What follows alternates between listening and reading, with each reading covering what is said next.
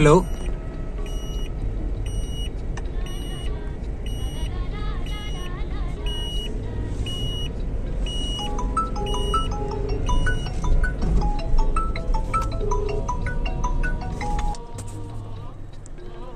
हाँ भाई।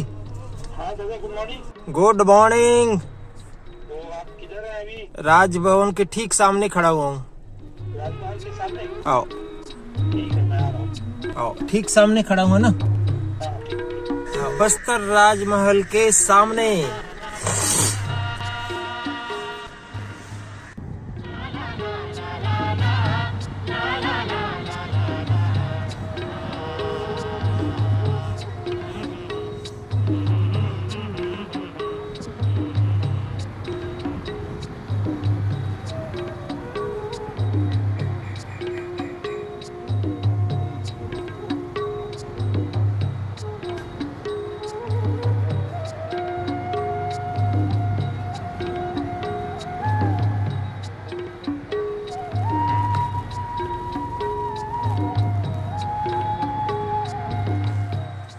ओ हो।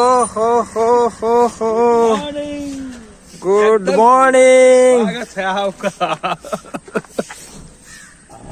कैसे हैं? एकदम सरप्राइज दे दिए।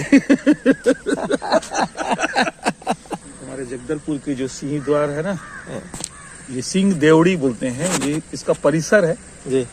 राजमहल का परिसर, और ठीक राजा का जो खुद की इष्ट देवी है जी। माँ दंतेश्वरी का मंदिर है।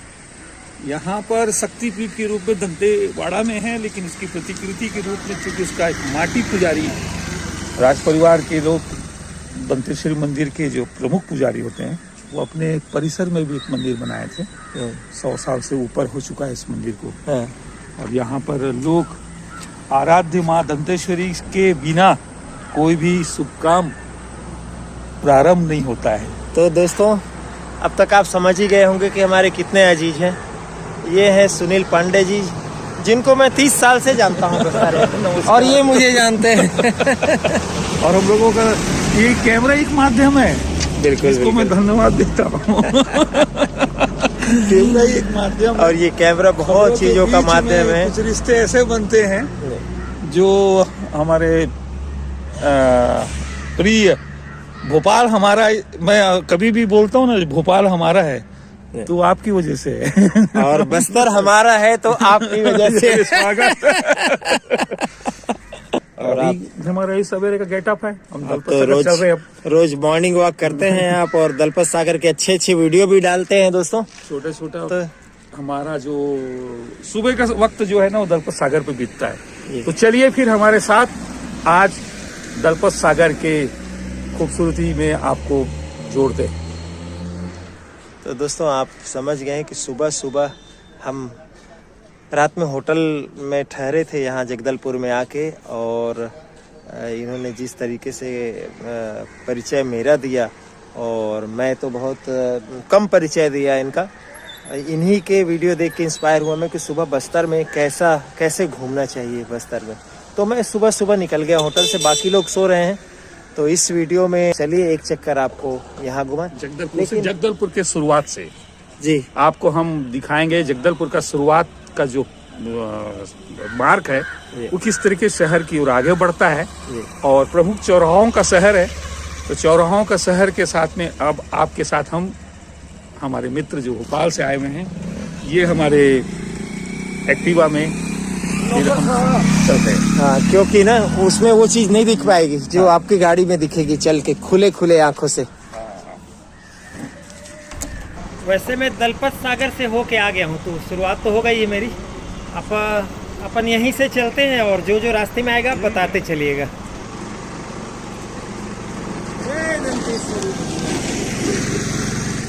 ओ, ये टेकरी सरकार हनुमान जी, ये कवासी लखमा का घर है ना? हाँ। अभी कौन सी पार्टी में है कवासी लखमा? कवासी लखमा कांग्रेस में है, और अभी वर्तमान में वो जेल में है। आबकारी घोटाला जो 2000 करोड़ का हुआ था, उसमें जो बहुत बड़े अभियुक्त के रूप में इनको मतलब चलते हैं, ये नोटिस किया गया है।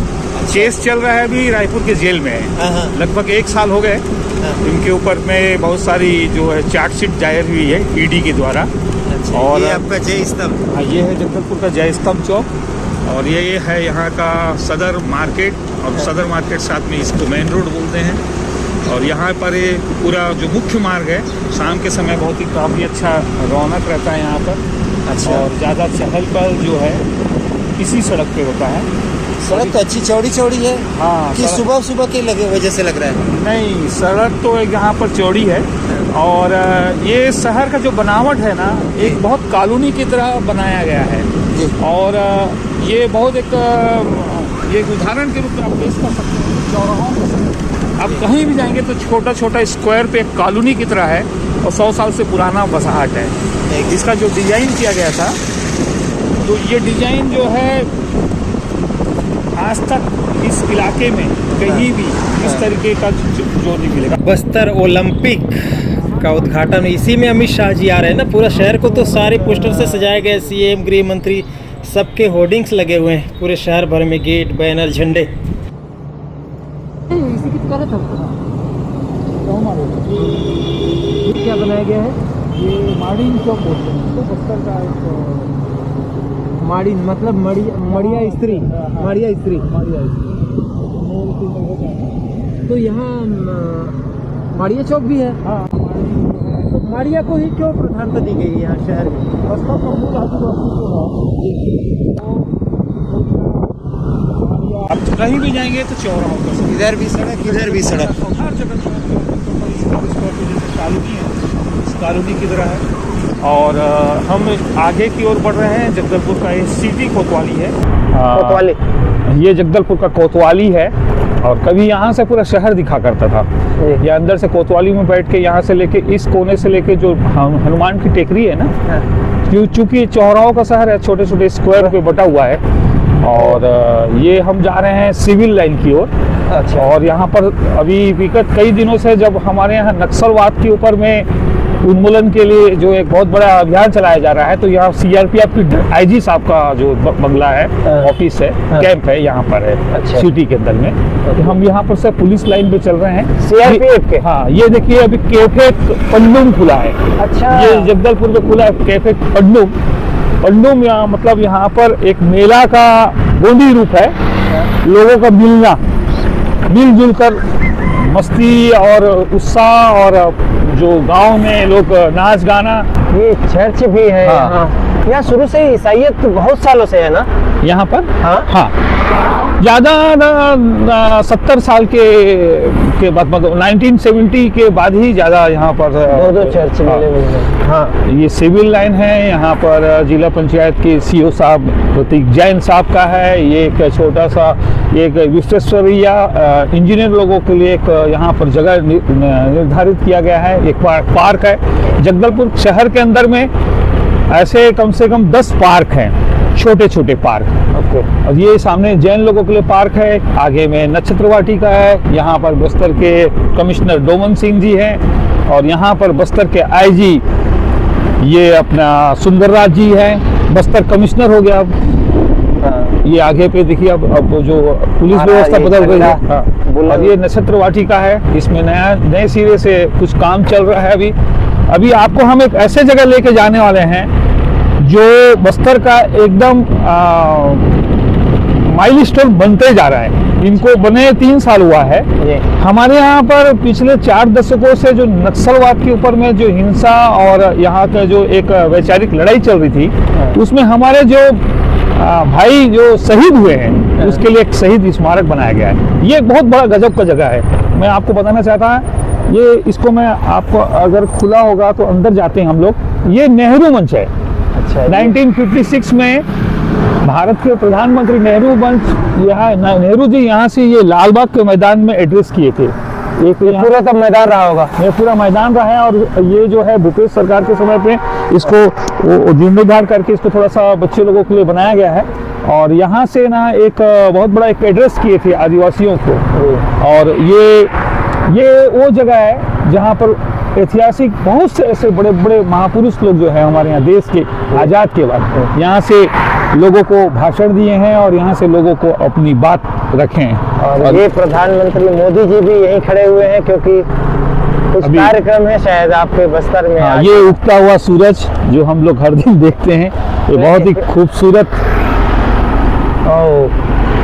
सूर्य देवता ये भास्कर बस्तर का नया सूरज है, हाँ क्या कह सकते हैं अपन? बिल्कुल। जिस तरीके से अब बस्तर में बस्तर बदल रहा है, बस्तर की फिजाएं बदल रही है, बस्तर की यहाँ की हवाएं बदल रही है, और ये लालिमा तो सूरज की प्रकृति की हमेशा से यही रहेगी, लेकिन जो लालिमा दी है यहाँ खून के रूप में, शहीदों के खून के रूप में, निर्दोषों के खून के रूप में, उसका रंग जरूर अब ग्रीन कॉरिडोर जो बोलते हैं ना, रेड कॉरिडोर से ग्रीन कॉरिडोर की ओर बस्तर बढ़ रहा है।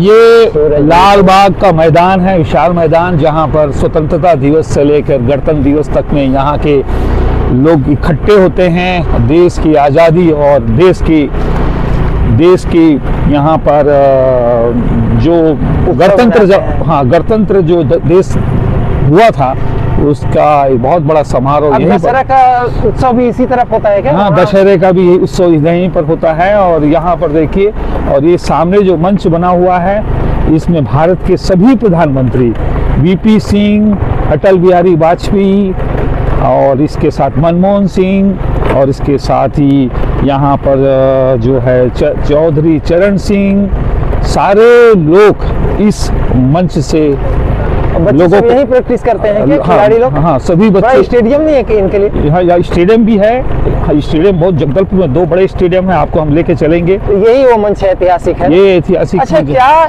एक बार राजीव गांधी इसी मंच से कहे थे कि मैं जब 1 रुपया भेजता हूँ तो 15 पैसा मिलता है? हाँ, ऐतिहासिक मंच है। बस्तर में उनका 3-4 जगह पे दौरा था। अबुझमाड़ के ओरछा क्षेत्र पे था, वो लाल बाग का मैदान की जगह पे जगदलपुर के हाटा ग्राउंड में उन्होंने भाषण दिया था। हाँ।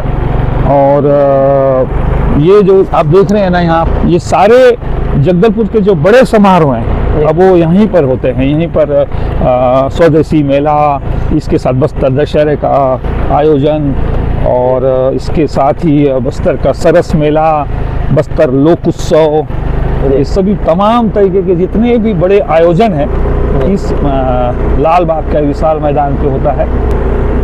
ये मतलब राज्य बनने के बाद में जो तीसरा जो चुनाव हुआ था, तो यहाँ एयर शो हुआ था।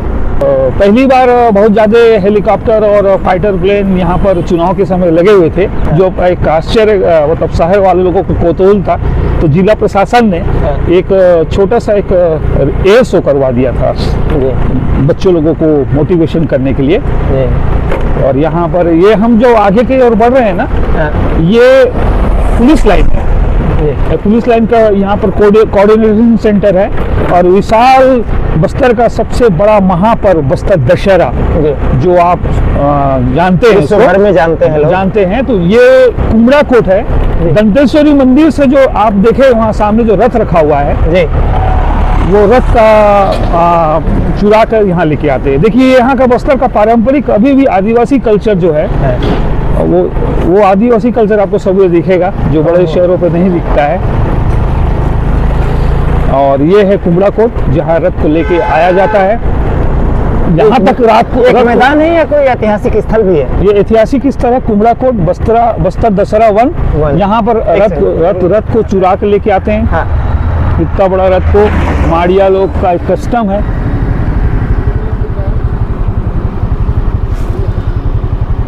हाँ, चलिएगा।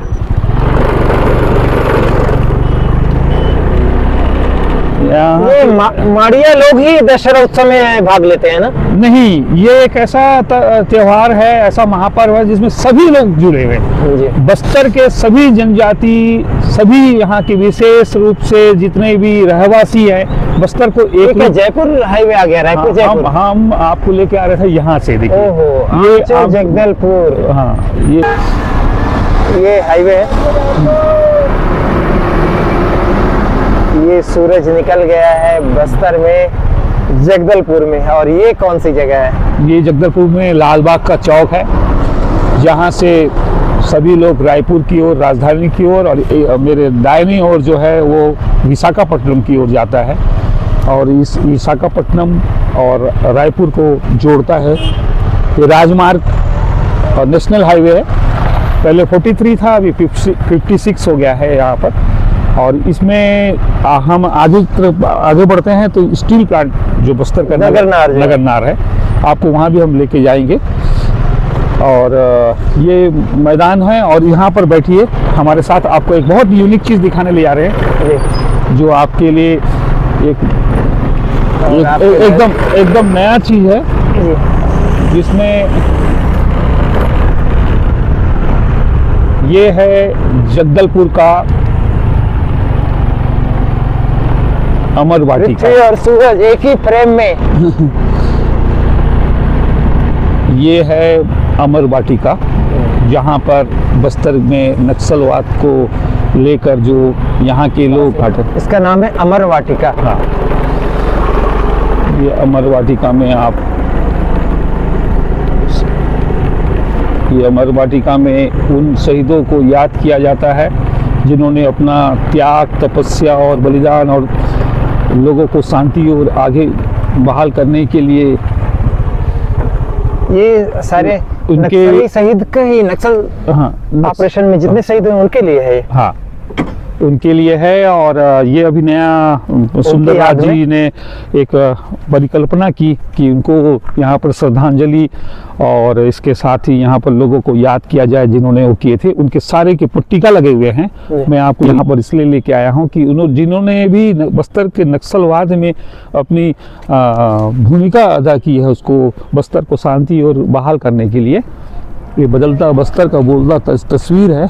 यहाँ पर छोटी मोटी यहाँ पर कार्यक्रम भी करवाते हैं। ये है उन शहीदों के नाम जिन्होंने किसी न किसी तरीके रूप से नक्सलवाद के लड़ाई में अपनी जान दी। इसलिए लेके आया हूँ कि जिन्होंने भी बस्तर के नक्सलवाद में अपनी भूमिका अदा की है, उसको बस्तर को शांति और बहाल करने के लिए। ये अच्छा ये बदलता बस्तर का बोलता तस्वीर है। यहाँ पर छोटी मोटी यहाँ पर कार्यक्रम भी करवाते हैं। सीआरपीएफ हो गया और किसी भी इंटेलिजेंस के लोग आए, लेकिन कहीं न कहीं जाने अनजाने में जो नक्सलवाद के हिंसा के शिकार हुए, उनको इस तरीके से याद किया जा रहा है। कल उनके संतान आके यहाँ अपने पिता के, अपने बेटे के, अपने भाई के ये नाम पट्टिका में नाम देखेंगे तो कितना उनको गर्व होगा उनकी शहादत पे। तब क्या कहेंगे लोग। छत्तीसगढ़ राज्य बनने के बाद 2001 से लेकर अब तक जितने भी नक्सल उन्मूलन के लिए जो जवानों ने, सीआईएफ के जवान हैं, बीएसएफ के जवान हैं, सीआरपीएफ के जवान हैं, छत्तीसगढ़ जो लोकल पुलिस है, इस सभी जवानों के नाम को यहाँ पर दर्शाया गया है कि नई पीढ़ी के लोग जो है ये जाने और उनके परिवार के लोग भी आएंगे तो कितना गर्व होगा उनका। हाँ, उनको सम्मान देने के लिए है। और ये जो एक बात बताइए सुनील भाई कि अगर आपने अभी कहा मुझे कि विचारों की लड़ाई में से बस्तर मुक्त हो रहा है, विचारों की लड़ाई कैसे मुक्त हो गई? ये विचार में हिंसा कहाँ और फिर ये शहीद कैसे हो गए? अगर हिंसा नहीं होता तो शहीद नहीं होते। कल मैं लोगों की जान नहीं जाती। बस्तर में बस्तर ओलंपिक का खेल खेला जा रहा है, उसमें जो आत्मसमर्पित नक्सली है वो भी उसमें हिस्सा ले रहे हैं। कुछ उन लोगों से मेरी बातचीत हुई, तो बातचीत होने के बाद ये पता चला कि अंदरूनी क्षेत्र में सरकार पहुंच ही नहीं पाई थी। तो नदी के उस पार नहीं थी, नदी के उस पार पहुंच मार्ग नहीं था, पहाड़ों के क्षेत्रों पे नहीं पहुंच पाया था। सरकार जो है ना वहां तक पहुंच नहीं पाई थी कि विचारों से डर के। नहीं, वहां डेवलपमेंट नहीं हुआ था। लोग आदिवासियों का शोषण हो रहा है बोलकर जो माओवाद का जो विचारधारा है वो पहले पहुंच गया, तो उनके साथ हो गए। वो जो पहले पहुंचा उनके साथ हाँ हो गए, क्योंकि ये बड़ा गैप है। ये हम लोग जैसे दुर्ग और रायपुर और भोपाल में सोचते हैं बैठ के कि यार यहाँ अरे बेकसूर मारे जा रहे हैं, ऊपर से देखो नौकरी के कारण पेट के खातिर जो जवान है कहाँ से आ रहे हैं, हरियाणा से, जम्मू से, कश्मीर से, आपके नागालैंड से जवान आए यहाँ और अलग अलग बटालियन के रूप में और सब हिंसा के शिकार हुए। वो तो अपनी नौकरी करने आए थे, उसमें राज्य सरकार का से तो उनका कोई वो नहीं था, लेकिन उन्होंने लड़ा राज्य के रक्षा के लिए और संविधान के रक्षा के लिए।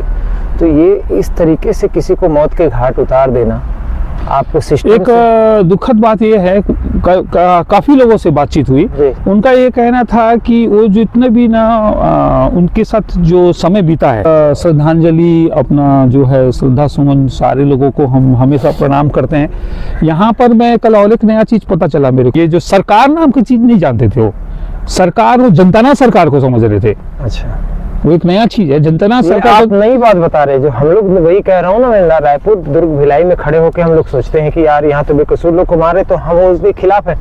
देखिए, इसका मतलब ये नहीं कि हम उनके समर्थन में, लेकिन जो सुनील भाई बता रहे हैं एक नई चीज कि यहाँ सरकार से भी पहले विचार पहुंच गया और ऐसा विचार उसका मनोरंजन करवा रहा है, उनको अच्छे से खिला पिला रहा है और उनको ये एहसास दिला रहा है कि तुम्हारे साथ शोषण हो रहा है, वो सारे तुम्हारे दुश्मन है। लेकिन उसमें अभी वास्तविकता जब पता चला तो वो सारे लोग हथियार छोड़कर भारतीय संविधान के साथ में जुड़कर अब अपना समाज की मुख्य धारा में जुड़कर काम करना चाहते हैं और उनको यहाँ पर अभी बहुत आनंद हो रहा है। और वो लोग सोच रहे थे कि हम क्यों जंगल में घूम रहे थे, क्यों जंगल में हम यहाँ पर अपना समय बर्बाद कर रहे थे। हमको अभी पता चल रहा है कि सही तरीके से विकास क्या होता है, लोग किस तरीके से आगे बढ़ते हैं, जीवन कैसे जिया जाता है, अभी उनको समझ में आ रहा है। लेकिन मुझे एक चीज लगता है इसमें कहीं ना कहीं गैप है और एक खौफ के आलम में भी तो कुछ लोग नहीं आ रहे हैं, क्योंकि विचार तो बदला नहीं जा सकता इतने आसानी से किसी लंबा वक्त लगेगा। अभी वैसे भारत के जो गृह मंत्री ने एक ऐलान किया था कि मार्च 2026 तक जो बस्तर में नक्सलवाद मुक्त हो जाएगा, लेकिन जितने बड़े लीडर और जितने जो उनके संगठन के लोग हैं काफी संख्या में आत्मसमर्पित हुए हैं और जो पूरी तरीके से बात नहीं मान पा रहे हैं, तो फोर्स जो है वो पूरी तरीके से अपनी काम कर रही है, क्योंकि हमको हमारे बस्तर को बचाना है और बस्तर में शांति बहाल करना है। तो अगर कोई इस वैचारिक लड़ाई में किसी तरीके से भारत के संविधान को अगर नहीं मानता है तो जो उसके ऊपर ठोस कार्रवाई किया जाता है वो भारत के संविधान के अनुसार ही किया जा रहा है। इन शहीदों के खून से रंग के बस्तर जिस तरीके से अब उभर रहा है, 8 9 ना, बाप रे, दुआ करते हैं ईश्वर से कि 14 शहीदों के चिताओं पे लगेंगे हर बरस मेले। इन शहीदों के कुर्बानी के बाद बस्तर अगर शांति की ओर बढ़ता है, हमारा बस्तर आमचो बस्तर फिर से उसी अपने अस्तित्व के साथ खड़ा होता है, खड़ा रहता है, तो ये सरकार के लिए उपलब्धि तो है ही। हम सब यहाँ छत्तीसगढ़ की जनता और देश की जनता के लिए एक बड़ी मिसाल है।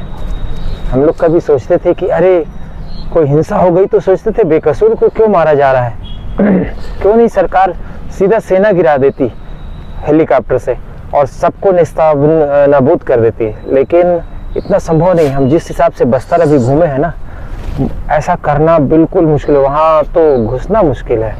ऐसे में नक्सलवाद विचारधारा के लोग, माओवाद विचारधारा के लोग किस तरह जंगल में खुद रहते थे और कैसे वो जीवन यापन अपना सर्वाइवल करते थे, अपने ऑपरेशंस इतने सीक्रेटली करते थे, ये भी मुझे लगता है कि अपने आप में अध्ययन की चीज़ है और समय के साथ सब चीज़ें आते जाएंगी।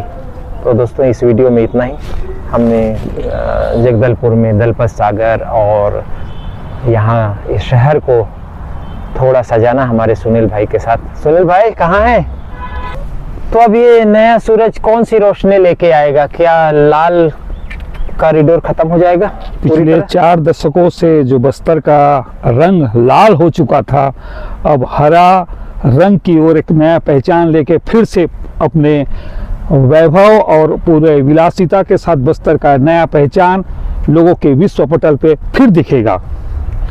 तो दोस्तों, हम जगदलपुर आके रुके थे। बस्तर में जितना घूमा अभी तक, तो मैं दक्षिण बस्तर से कोंटा से प्रवेश करके घूमते आ रहा हूँ। जंगलों में गया एक पर्यटक के रूप में, जहाँ पर्यटन स्थल के आसपास जंगल है, वो जगह में हमारा घुसना मुश्किल है। ऐसे में ये जंगल, जो घने जंगल हैं बस्तर के, उनके जड़ में विचार पहुंचा हुआ है। ये हिंसा तो खत्म हो जाएगी, लेकिन मुझे लगता है कि विचार धीरे धीरे समय के साथ खत्म होगा। आपका क्या मानना है? कि आप तो यहाँ के पत्रकार हैं। यहाँ पर बस्तर को जो मैं जिस रूप में देख रहा हूँ काफ़ी कुछ बदल चुका है। थोड़ा वक्त लगेगा जो पूरी तरीके से अपने मूल स्वरूप में फिर से बस्तर खुशहाली के साथ लोगों के मानचित्र में, जो विश्व के मानचित्र में फिर से उभर कर एक नया पहचान बनाएगा। और हम सब इन शहीदों को याद करें और हमारे भारत के संविधान के प्रति प्रतिबद्धता हम सब की व्यक्त होनी चाहिए। सरकार का एक प्रयास है, हम लोग सोचते थे कि एक दिन में ख़त्म हो जाता, लेकिन हेलीकॉप्टर से सेना उतार देते और सारा हिंसा करने वाले लोग को ख़त्म कर देते, लेकिन ऐसा संभव नहीं है लोकतंत्र में। विचारधारा की लड़ाई पे क्या है कि यहाँ के कोई भी एक भी आदमी निर्दोष ना मरे, निर्दोष किसी को हानि ना हो। ये राजधर्म है सरकार का और ये अपनाया भी गया, और जिस तरीके से अप्रत्याशित सफलता मिल रही है, ये हम सब सरकार की इस कोशिश को भी हमें सम्मान की दृष्टि से देखना चाहिए। संभावनाएं शक सुबह अपनी जगह है, लेकिन आइए इस नए सूरज की रोशनी में, जैसे है ना सुबह सुबह लालिमा थी, अब ये भव्य धवल प्रकाश सबके जिंदगी में रोशन करे। बस्तर के कोने कोने में, घने जंगलों में भी आज़ादी का सूरज। लोग अब जुड़ने लगे हैं और इसके साथ में जो केंद्रीय गृह मंत्री अमित शाह के जो एक निर्धारित तिथि के अनुसार बस्तर में अब एक शांति की ओर बहाल होते हुए मैं देख रहा हूँ। हम आगे की ओर बढ़ रहे हैं। तो दोस्तों इस वीडियो में इतना ही। अब आगे हम कुछ पर्यटन स्थलों का जो चित्रकूट है और भी कुछ स्थान है आसपास देखेंगे। जगदलपुर में भी कुछ और बातें करेंगे। आप वीडियो को लाइक कीजिए, सब्सक्राइब कीजिए। आज की सुबह की आपको सुप्रभात। जय हिंद।